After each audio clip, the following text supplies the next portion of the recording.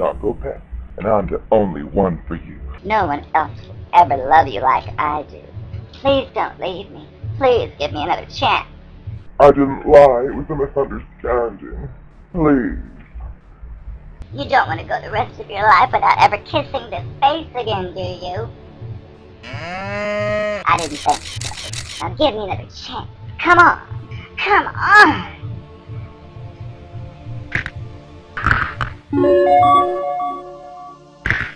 Drat! The new target I was working on heard about me from one of his friends. I tried to tell him that she was lying because she was jealous, but he believed her. He must have been dating her. That must be it. I can't stand it. I will not be rejected. We didn't even have a chance to flourish. Good thing I've got a black book full of the ones I left hanging and gave no closure to. You never know when they might come in handy. In fact, I'm going to call one right now.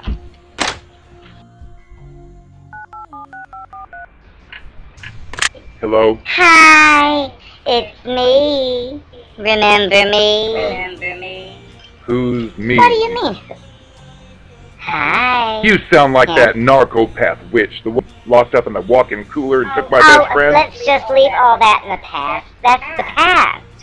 Oh, I just wanted to tell you I was thinking of you. I really missed you. Let me guess, your new boyfriend left you. You want to come back to me now? I am not seeing anyone else, and no one else rejected me. Don't ever call You know her what? again. This was a mistake. Never mind. Ah!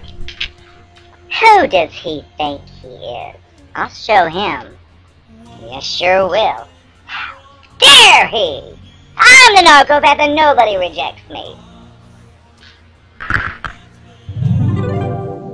I refuse to believe that my powers are waning. I think he's busy with that chick. Well, I'm going to show him.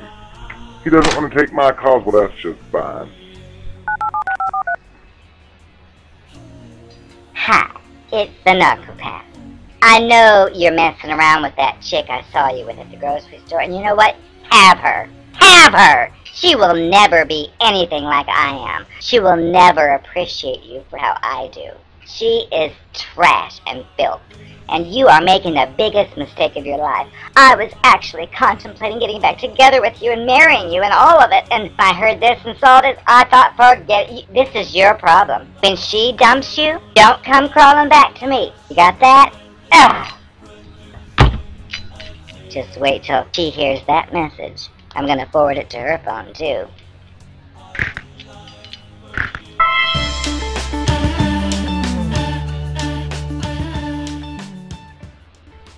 Hi, we're Sandy Hoaxtard. Welcome to TV5.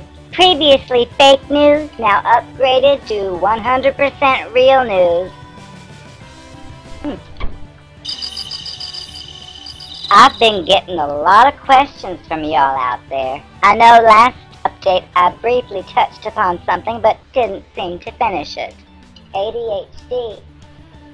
What that is, in lieu of recent events, is a paradigm called problem, reaction, solution. See, I work behind the scenes. I've worked with the government doing crisis acting gigs. I've done all kinds of things. So I'm your woman if you need the information and if you need the truth.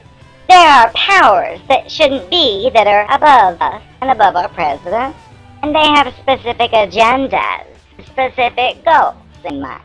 For example, let's say that in your neighborhood, a high-level government official is interested in someone in your neighborhood and wants to know their comings and goings.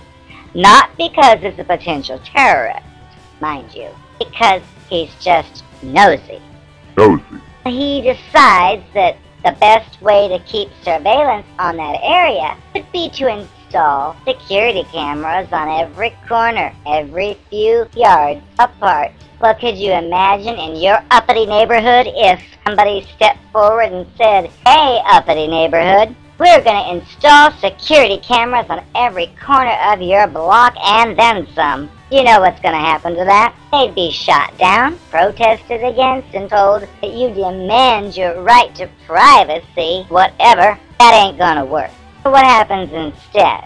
It takes a lot of planning. It's typically our FBI and or CIA, that comes up with Operation Gladio B/C/Operation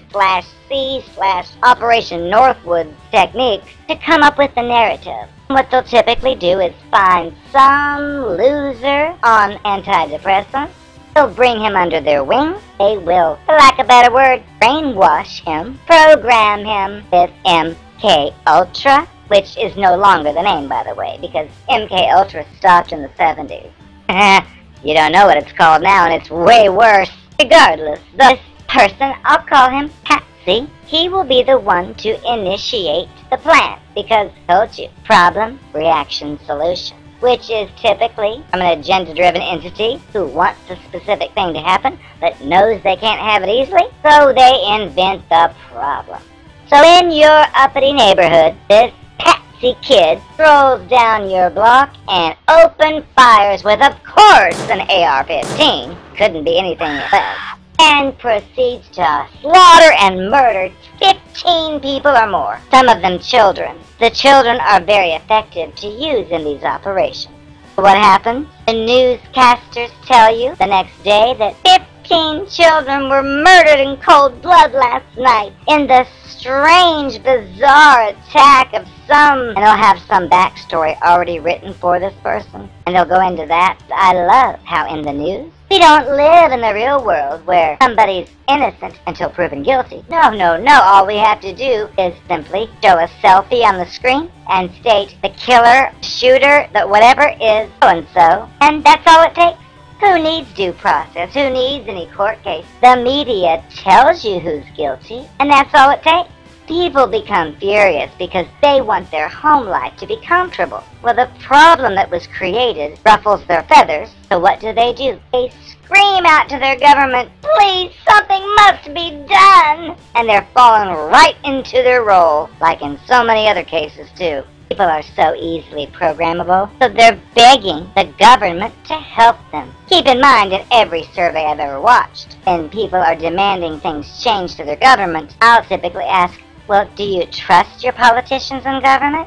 The answer is always no. I have to laugh at them and say, then, honey, you're retarded. You're going to trust someone you don't trust to help you with whatever situation's going on? Ha! You deserve what you get.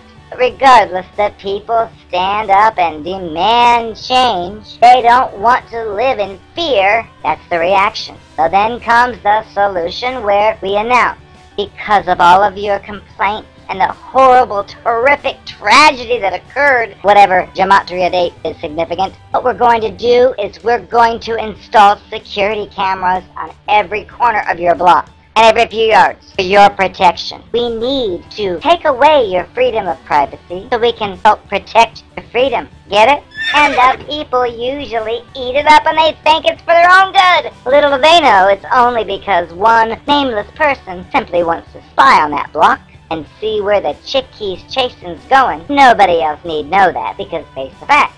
If everybody knew that, do you think they would agree to allow those cameras to be installed? I don't think so. They would probably shoot them down with their BB guns. So keep that in mind.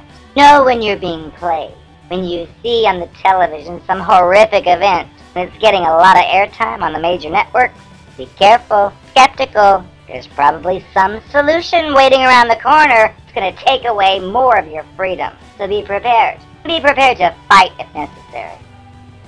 Speaking of tragedy, there was the recent school shooting, and I was reviewing the footage with all the crisis actors on there, the ones whose faces are completely dry, yet they sit there in front of the concerned-looking, well-trained actors and actresses who run the news stations with their microphones. Please tell me what happened. Oh. And then the child sits there and has a green screen behind them, and, well, and they tell these stories and their hands move up. Well, we went to the room here, and then we went to the room there, and they laugh, and then, oh, it was so sad, oh, and then they try to wipe a non-existent tear off their face. They're like, it was terrible. And I just sit there and laugh at the whole thing, and if I had a buzzer, I'd push buzz or fail, because it ain't believable. But it's strange how so many people do believe it. They don't think to think critically when they're watching their news. their brains in the alpha state watching the movie that just ended, and then when it's over they switch on to the news and they instantly go into a awake state. They listen to every word and take it as the gospel truth because they don't know anything else. But they see these children on there trying to take away everybody's right because they want to react emotionally to an event that one of their friends' father probably committed, but it's not the official story, so they'll stick to the official story, and they will once again demand the government they don't trust take away everybody's guns. Then they argue, I'm not against the Second Amendment, I just want all the semi-automatic guns banned. Well, honey, that's about 90% of them, so you might as well say, I want all guns banned, but they won't say that because of our Second Amendment. But these people are stupid. My favorite quote I heard from a California senator was, there have been a lot of people who've been shot by unloaded guns. Retarded! But these kids have no clue what they're asking for. Some of them are saying, I want to ban all automatic weapons. Well, honey, already been done. Why don't you study a bit before you put yourself out there? Others want to ban full semi-automatic weapons, which does not exist. Somebody invented that propaganda term, and it's effective. You hear the fools parroting it. They don't know what they're talking about. They just heard it on TV. And so when somebody asks them, what are you here for? They just spout it all off. Never mind when we ask, do you want to ban handguns? Oh, no, we need those for our Second Amendment. But wait a second. You want to ban the so-called assault rifle? When you look at the data, there are way more murders committed yearly by handguns, but you're stating those are okay for your Second Amendment. That makes a lot of logical sense. But it also makes sense for somebody in charge to say, you know what, just ban them all. But honey, that ain't gonna work, because we have a God-devil-given right to bear arms. For this very reason, and these fools are being lured into this game using emotional events to excuses to overlook the fact that we have the right to bear arms. But oh no, they want to give that up because it might stop the next shooting, which I beg to differ, but their minds are twisted. It's put on the television day and night, and the people eat it up and they parrot everything they hear. I find it quite pathetic to hear people saying things like, there's no reason anyone would need to have an AR-15. And my answer is, honey, you're right. It ain't got nothing to do with needs. It has to do with rights. It's my right to carry that AR-15, no matter what the fuck you say, so keep your goddamn mouth shut. Oh, I'm sorry. This is Sandy Hoaxtard. Please edit that appropriate language out. I'll see you after the show. Shh. Oh, remember, hold on to your rights. Don't be so quick to give them away, because somebody filled with hogwash wants you to. And I don't know, I guess they think it's creativity because I put these events one by one together and analyze them all, and it seems there's always some little miracle. Like in this one, some student held up a book, a paper book that was little, that deterred a bullet. In another one, there was a laptop. That laptop saved the person's life because the bullet got stuck in it. Or was it a Kevlar helmet, which is fake, with simply the normal hole that comes in the helmet, but they dusted it up and made it look uglier, like it was in combat, and claim, oh, if it wasn't for this helmet, this person would be dead. And you see, with the cell phone, that I was shot in my chest, but luckily my cell phone was there and it saved me. These are all retarded. Keep that in mind. I hope this has been informative for you. This is Sandy Hoaxtard, TV5 News. Good evening.